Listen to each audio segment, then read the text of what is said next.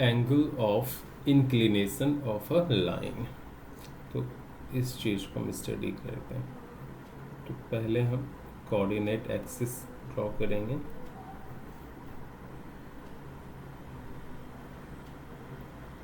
Sorry, थोड़ी टेढ़ी हो गई है।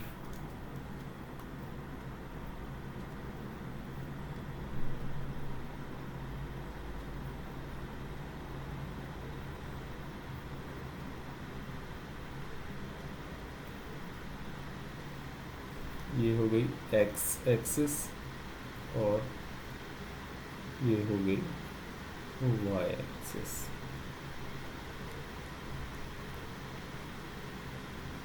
ओके, तो हम एंगल ऑफ इंक्लिनेशंस कैसे समझते हैं उसको देखें।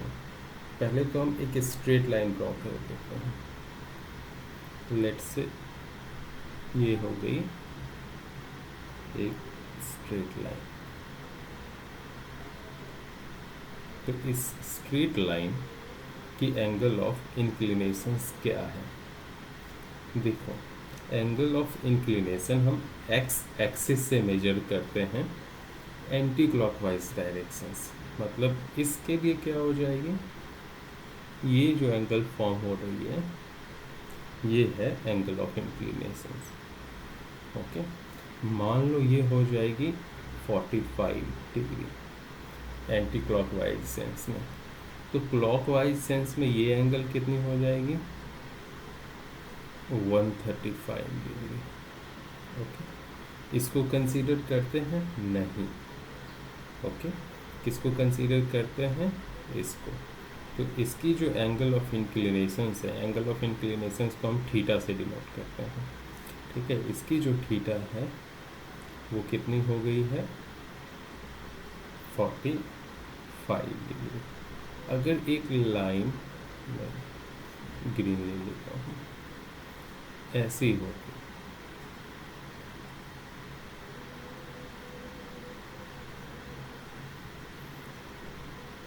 ओके, और यहाँ क्लॉकवाइज सेंस में ये 45 डिग्री होता है, तो इसकी एंगल ऑफ इंक्लिनेशंस क्या होती? एंटी क्लॉकवाइज सेंस में 135। ओके, क्योंकि दोनों को ऐड करेंगे तो 180 होना चाहिए। स्ट्रेट लाइन की एंगल कितनी होती है? 180। तो इस लाइन की, इस ग्रीन वाली लाइन की एंगल ऑफ इंक्लिनेशंस कितनी है? 135 डिग्री। ठीक है, तो मैं समझता हूँ एंगल ऑफ इंक्लिनेशन समझ में आ गया होगा। अब हम स्टडी करेंगे स्लोप ऑफ अ लाइन।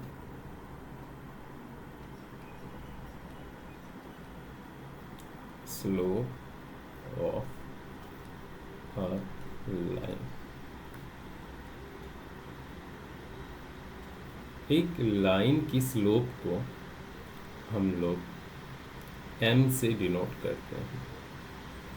किससे डिनोट करते हैं? स्मॉल m से। तो क्या होता है स्लोप, वो हम स्टडी करते हैं। एंगल ऑफ इंक्लिनेशंस के टर्म्स में, एंगल ऑफ इंक्लिनेशन के टर्म्स में लाइन की जो स्लोप होती है वो होती है tan theta, where theta is the angle of inclinations, है ना। तो मैं एक लाइन बना रहा हूँ, देखो, ये हो गई कोऑर्डिनेट एक्सिस, ये x, ये x प्राइम, ये है y एक्सिस और ये है y प्राइम एक्सिस। रैंडमली हम एक लाइन ले लेते हैं। तो मैंने एक लाइन ले ली और मान लो ये जो एंगल है वो है 135 डिग्री। ओके, तो एंगल ऑफ इंक्लिनेशंस के टर्म्स में इस लाइन की स्लोप क्या हो जाएगी? m equal to 10 135 degree. Okay, 10 135 degree tan 135 degree को हम क्या लिखते हैं, टेन 180 डिग्री माइनस 45 डिग्री, मतलब क्या हो गया, टेन 180 डिग्री माइनस थीटा क्या होता है, माइनस 10 थीटा, तो माइनस 10 45 डिग्री, और इसकी स्लोप क्या हो गई, -1, क्योंकि 1045 की वैल्यू क्या होती है, -1। ओके, अभी हम अगर लाइन की एंगल चेंज कर दें, लेट से हमारे पास एक दूसरी लाइन होगी, पहले मैं ग्रीन वाले को डब कर देता हूँ,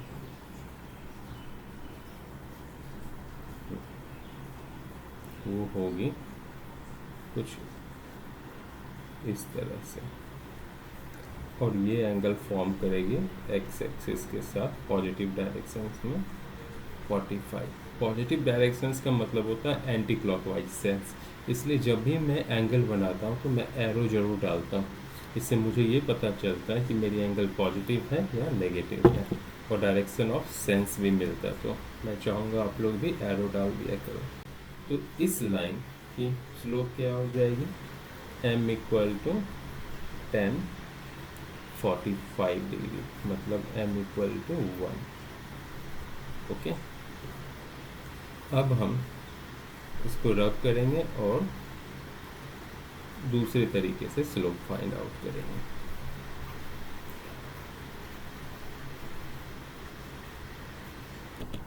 देखो यहाँ पे मैं एक कोऑर्डिनेट एक्सिस ड्रॉ कर रहा हूँ। ओके,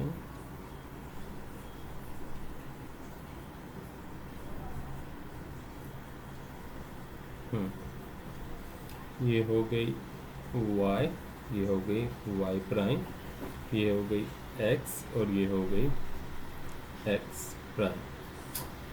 ये जो पॉइंट है इसको हम बोलते हैं ओरिजिन। ओरिजिन की x कोऑर्डिनेट भी 0 होती है, y कोऑर्डिनेट भी क्या होती है, 0 होती है। ठीक है, अब इस केस में यहाँ एक पॉइंट है और एक पॉइंट यहाँ है, ठीक है। इस पॉइंट का कोऑर्डिनेट क्या होगा, तो आप क्लियरली देख सकते हो, x डायरेक्शंस में कितनी डिस्टेंस है, 1 यूनिट, y डायरेक्शंस में कितनी डिस्टेंस है, 1 यूनिट। तो इस पॉइंट का कोऑर्डिनेट हो जाएगा 1 1। इस पॉइंट की कोऑर्डिनेट क्या हो जाएगा, x एक्सिस की तरफ ये कितने यूनिट है, 1 2 3 4 4, और y एक्सिस की तरफ 2 4 और 2। याद रखना, जब भी हम कोऑर्डिनेट्स लिखते हैं तो जो पहली नंबर होगी वो x डायरेक्शंस को डिनोट करेगी, और जो दूसरी नंबर होगी वो y डायरेक्शंस को डिनोट करेगी। इसलिए यहाँ 4x को डिनोट करेगा, 2y को डिनोट करेगा। इस केस में दोनों ही 1 1 है, तो फर्क ही नहीं है, ठीक है। तो बेसिकली हम यहाँ समझ गए हैं कोऑर्डिनेट्स कैसे डिनोट करते हैं, ठीक है। अब इन दोनों कोऑर्डिनेट से, यानी इन दोनों पॉइंट से एक लाइन पास कर रही है, तो मैं एक लाइन पास करवा रहा हूँ इस तरह से। अब ये लाइन चाहे कितनी भी बड़ी हो, यहीं तक हो या इसको एक्सटेंड कर दे यहाँ तक हो, कहीं भी कितनी भी बड़ी हो, इसकी स्लोप सेम होगी, ठीक है। या ये कितनी भी छोटी हो, स्लोप क्या होगी, सेम होगी। और स्लोप निकालते कैसे हैं वो देखो,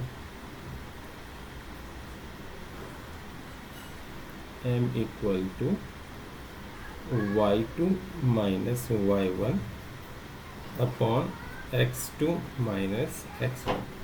तो किसी को भी आप y2 मान लो, आप इसको ले सकते हो y2, या आप इसको ले सकते हो y2, किसी को। अगर मान लो आपने इसको y2 लिया है, ठीक है, 2 को, तो इस 1 को क्या लेना पड़ेगा, y1, और ये ऑटोमेटिकली क्या हो जाएगी, x2, और ये क्या हो जाएगी, x1। आप इंटरचेंज भी कर सकते हो, आप ऐसा कर सकते हो, इसको आप ले सकते हो y2, इसको ले सकते हो x2, इसको ले सकते हो y1, इसको ले सकते हो x1, आंसर सेम रहेगा, ठीक है, आंसर में कोई चेंज नहीं आएगी। क्लियर? तो अब हम आंसर निकालते हैं। तो देखो ऐसे केस में हमारा y2 क्या है 1, तो y2 की जगह 1 डालेंगे। यहाँ y1 कितनी है 2, तो y1 की जगह 2 डालेंगे।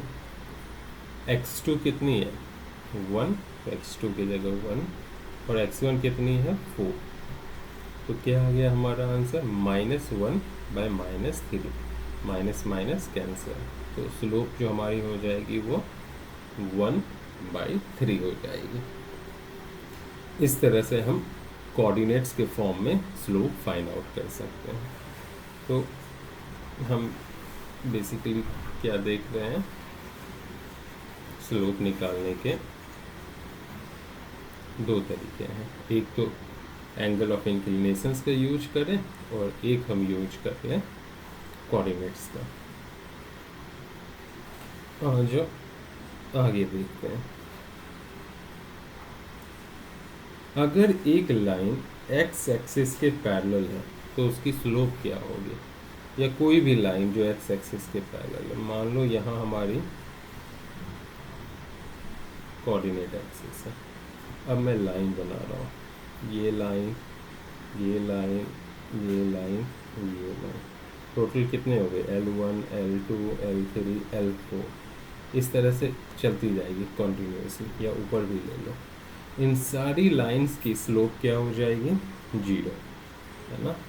तो एक लाइन जो कि पैरेलल है एक्स एक्सिस के, उसकी स्लोप क्या होती है 0। मैं इस बात को यहाँ लिख देता हूँ।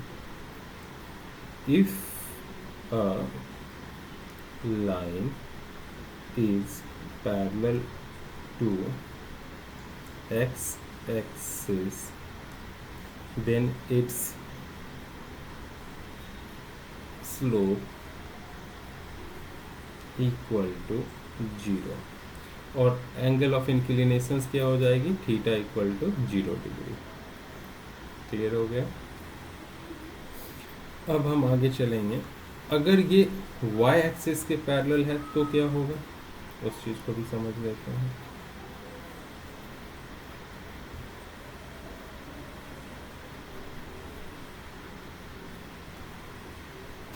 यहाँ कोऑर्डिनेट एक्सिस है, ये हो गई x, ये हो गई y। मान लो ये सारी लाइन सेगमेंट है जो क्या है y एक्सिस के पैरेलल है। ओके, तो ये कितनी एंगल बना रही है x एक्सिस के साथ 90 डिग्री सारी की सारी। तो थीटा कितनी हो जाएगी इस केस में 90 डिग्री, बट स्लोप क्या होगा अनडिफाइंड होगा, 1/0 आ जाएगा, उसको हम डिफाइन नहीं कर सकते, तो मैंने यहाँ इन्फिनिटी लिख दिया। क्लियर हो गया? अब हम स्टडी करेंगे इंटरसेप्ट को। तो पहली जो चीज़ हम स्टडी करेंगे वो होगी intercept of a line on x axis. Intercept of a line on x axis, और दूसरी intercept of a line on y axis. तो देखो दोनों को समझते हैं। यहाँ एक स्ट्रेट लाइन है, सेम स्ट्रेट लाइन यहाँ,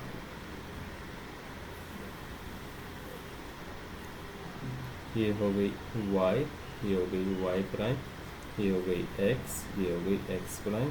सिमिलरली यहाँ x, x prime, y, y prime. तो यहाँ तक समझने में कोई प्रॉब्लम नहीं है। मान लो ये जो लाइन है ना, ये x एक्सिस को कट कर रही है। मान लो क्या क्या देखो, इस पॉइंट पे और वाई एक्सिस को कट कर रहे हैं यहाँ पे, यहाँ भी सिमिलरली।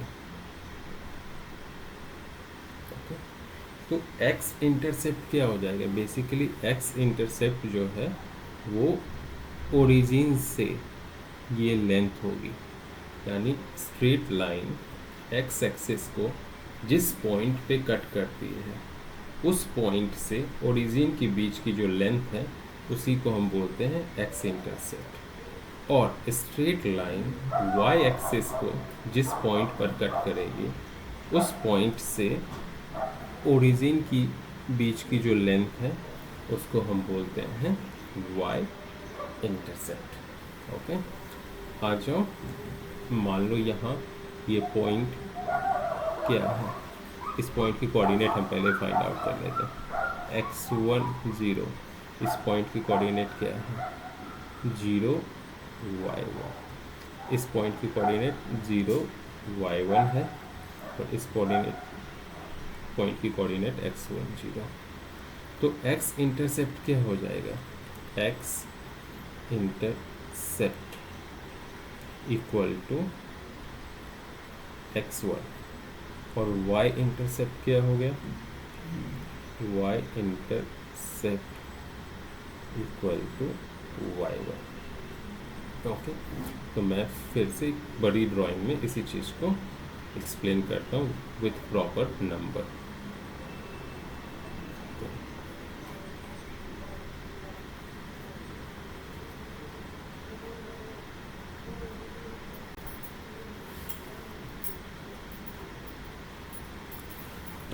तो देखो यहाँ पे मैंने कोऑर्डिनेट एक्सिस बनाई है, हम एक स्ट्रेट लाइन ले रहे हैं।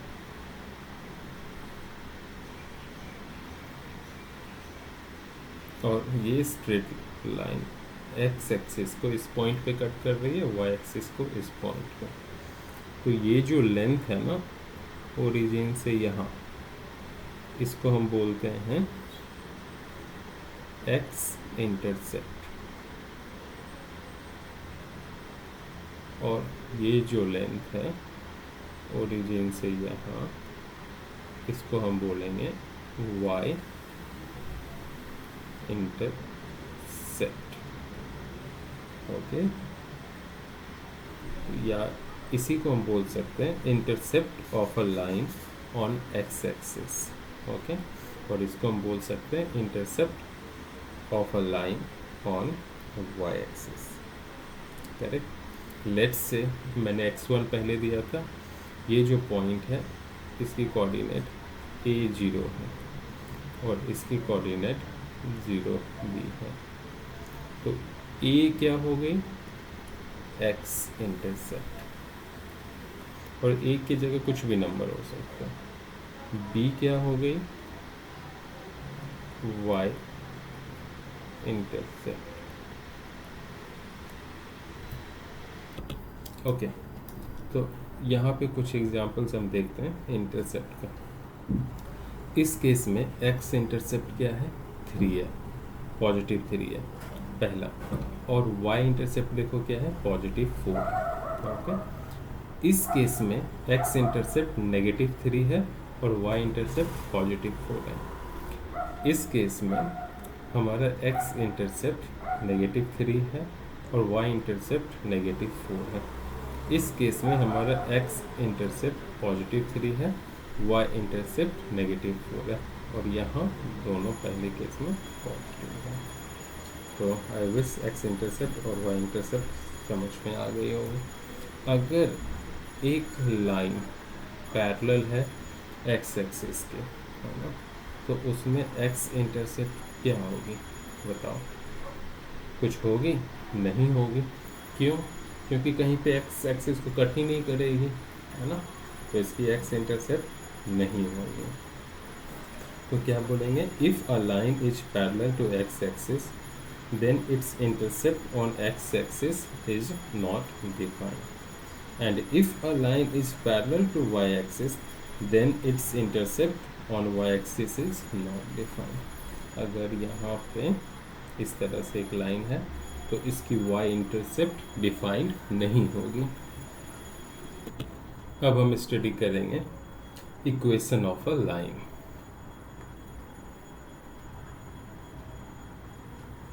इक्वेशन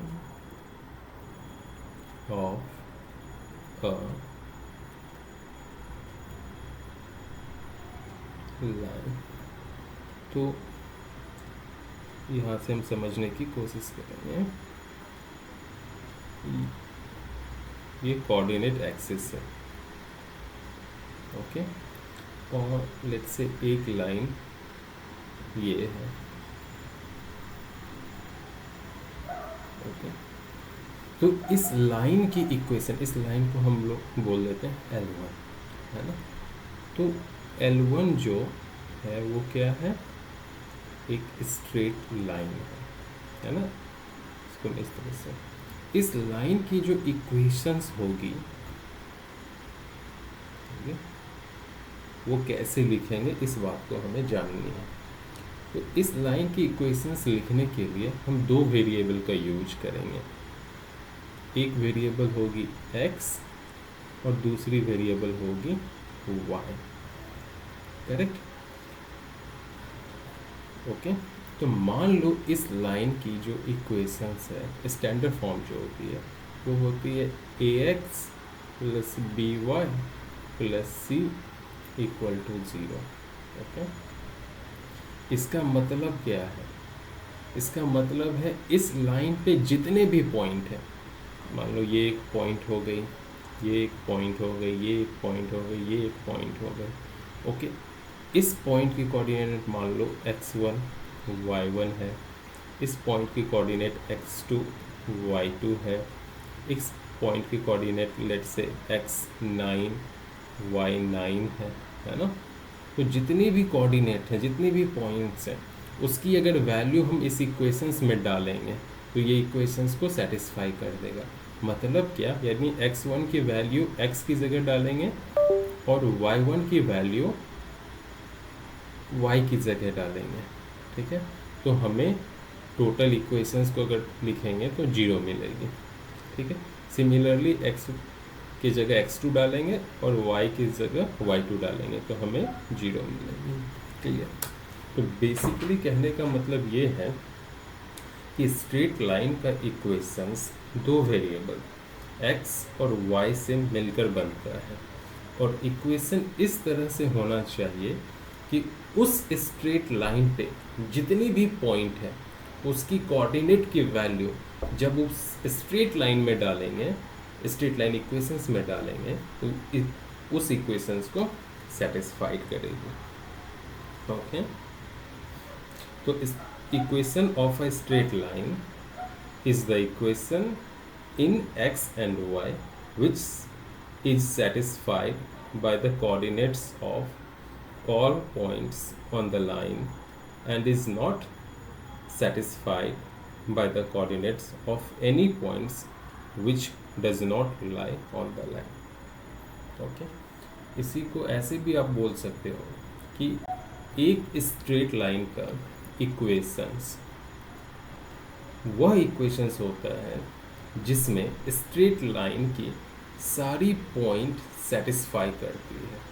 अगर एक कोऑर्डिनेट की वैल्यू स्ट्रेट लाइन की इक्वेशंस में सेटिस्फाई नहीं करेगी तो इसका मतलब है वह पॉइंट या वह कोऑर्डिनेट जो है स्ट्रेट लाइन में नहीं आता है, वह बाहर आता है। मतलब क्या, अगर ये पॉइंट यहाँ होगी और इसकी कोऑर्डिनेट समझो है x11 y11, ओके। तो ये जो वैल्यू है इसमें डालेंगे तो ये सेटिस्फाइड नहीं होगी, यानी 0 के इक्वल नहीं होगा, ओके। अब देखेंगे स्ट्रेट लाइन की इक्वेशन कैसे फाइंड आउट करेंगे डिफरेंट सिचुएशंस के लिए। तो पहली जो सिचुएशंस है ना, या एक सेकंड ऐसे लिखते हैं,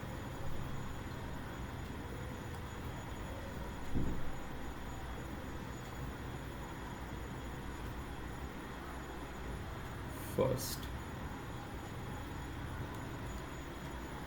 इक्वेशन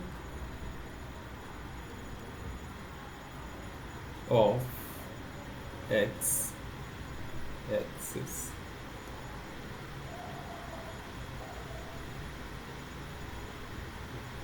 तो इक्वेशन ऑफ एक्स एक्सिस बहुत ही सिंपल है। Equation of x axis y equal to 0 होते हैं। इसी तरह इक्वेशन ऑफ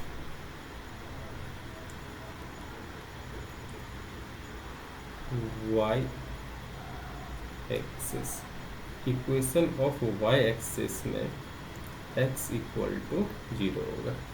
यानी इसके इक्वेशंस के लिए हमें y इक्वल टू 0 होगी और इसके इक्वेशंस के लिए हमें x इक्वल टू 0 मिलेगा। ओके, अब थर्ड जो सिचुएशन है, equation of a line parallel to y axis, equation of a line parallel to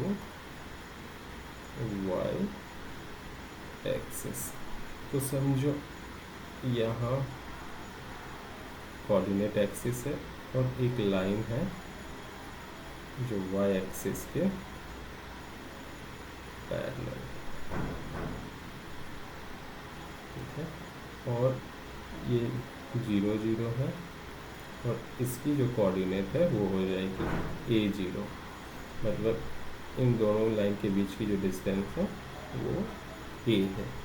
तो equation of a line parallel to y axis जो होगी वो क्या होगी, x इक्वल टू a। अगर ये लाइन इधर ना होके इधर होता उतनी ही डिस्टेंस पे तो x equal to minus a हो जाता है। ठीक है, अब हम चलेंगे फोर्थ कंडीशंस के रूप में। Equation of a line parallel to x axis, मतलब ये हो गई कोऑर्डिनेट एक्सिस और ये लाइन, और ये समझो b है डिस्टेंस। तो इस लाइन की जो इक्वेशंस होगी वो क्या होगी, y इक्वल टू बी। अगर ये लाइन नीचे होती तो y equal to minus b. Okay, हम फिफ्थ केस देखेंगे, पांचवा केस देखेंगे। स्लोप इंटरसेप्ट फॉर्म में इक्वेशन ऑफ लाइन क्या होगा, है ना। तो यहाँ लिखते हैं heading, equation of a line, है ना, और मैं ब्रैकेट में डाल देता हूँ स्लोप इंटरसेप्ट फॉर्म। तो मान लो एक स्ट्रेट लाइन है, पहले तुम कोऑर्डिनेट एक्सिस बना रहे हो और एक स्ट्रेट लाइन बना दी।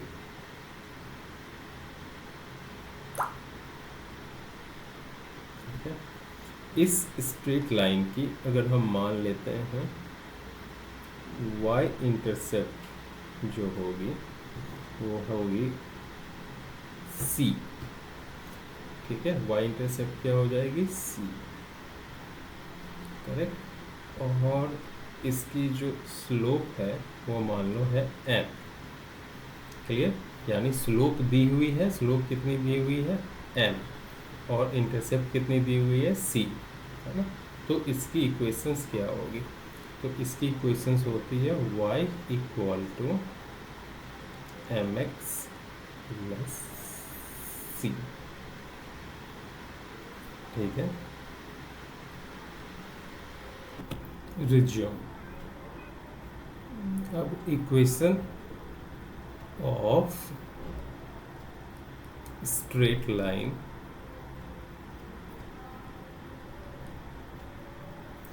अब किस फॉर्म में हम करेंगे, point slope form, point slope form. इसको अंडरस्टैंड करते हैं, इसमें क्राइटेरिया के। देखो यहाँ पे अगेन हमने कोऑर्डिनेट एक्सिस बना ली है और ये सेम स्ट्रेट लाइन है।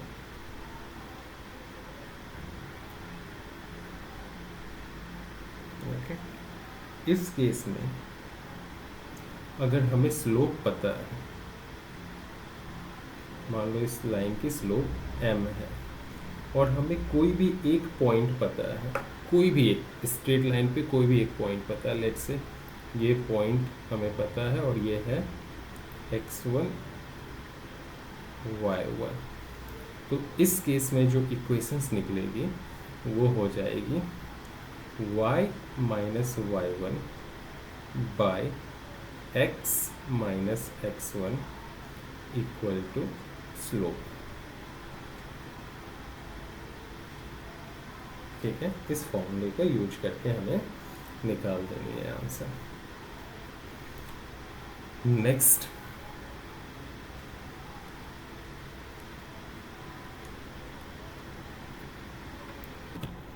सेवेंथ, अगर दो पॉइंट दी हुई है तो कैसे निकालेंगे? Equation of straight line two point form. मतलब क्या, ये है हमारा कोऑर्डिनेट एक्सिस, यहाँ है हमारी स्ट्रेट लाइन जिसकी हमें इक्वेशंस निकालनी है। मान लो दो पॉइंट, एक पॉइंट ये हो गए और एक पॉइंट यहाँ हो गए। इसकी वैल्यू है x1 y1, इसकी वैल्यू है x2, सॉरी x2 y2। तो इस केस में हम इक्वेशंस कैसे फाइंड आउट करेंगे?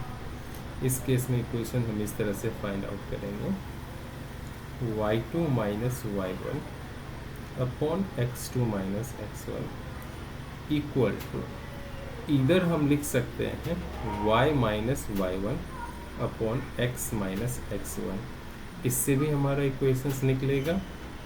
या हम ऐसा भी कर सकते हैं y2 minus y one upon x2 minus x1 equal to y minus y two upon x minus x1, इससे भी इक्वेशंस निकलेगा। दोनों का आंसर सेम ही होगा। ओके, यहाँ पे y1 y2 x1 x2 क्या है, वो कांस्टेंट वैल्यू है, y और x क्या है, वो वेरिएबल है। Next, equation of straight line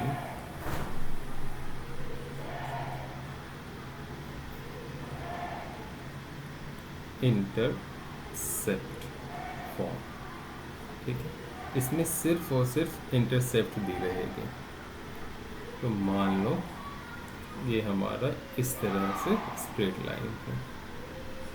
okay, x intercept यानी ये जो लेंथ है वो a है, और y इंटरसेप्ट ये जो लेंथ है b है।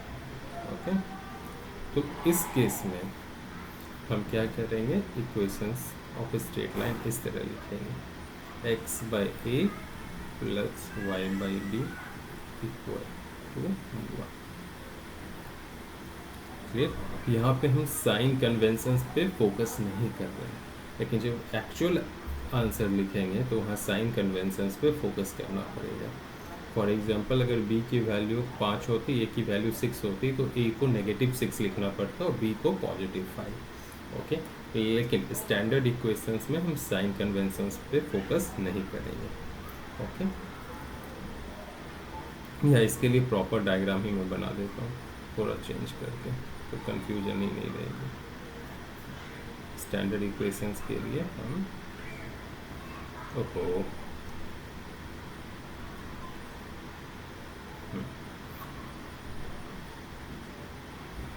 ये हो गई, ये लेंथ हो गई a और ये लेंथ हो गई b।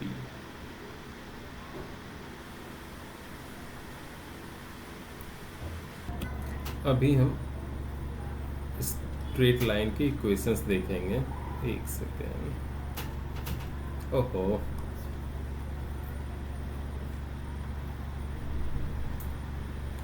Equation of straight line, अभी हम नॉर्मल फॉर्म, ये थोड़ा सा अलग है और न्यू होगी आप लोगों के लिए। इस केस में क्या करेंगे, अगेन सेम, हमने कोऑर्डिनेट एक्सिस बना ली है समझने के लिए, और एक स्ट्रेट लाइन हम ड्रॉ करते हैं कुछ इस तरह से। इसको स्ट्रेट लाइन ही समझो, इस पार्ट को भी हम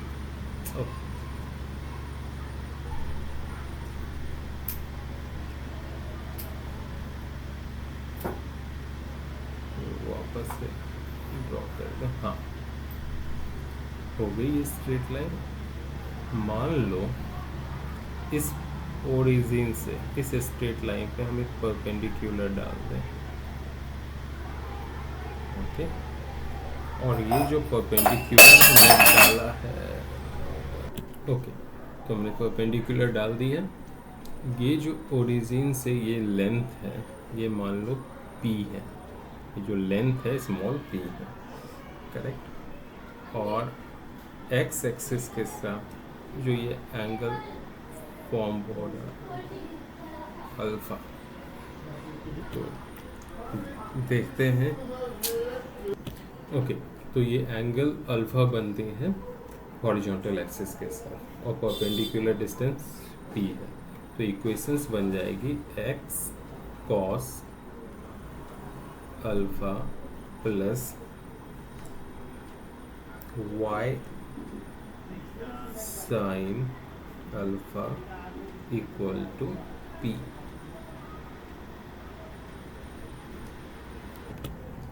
next equation of straight line, अभी ये देखो किस रूप में होगी, ये होगी पैरामेट्रिक फॉर्म, या इसी को कहते हैं डिस्टेंस फॉर्म भी, डिस्टेंस फॉर्म या पैरामेट्रिक फॉर्म, मेट्रिक फॉर्म। इस केस में हम देखते हैं, ये हो गई हमारी कोऑर्डिनेट एक्सिस और ये हो गई स्ट्रेट लाइन, ओके।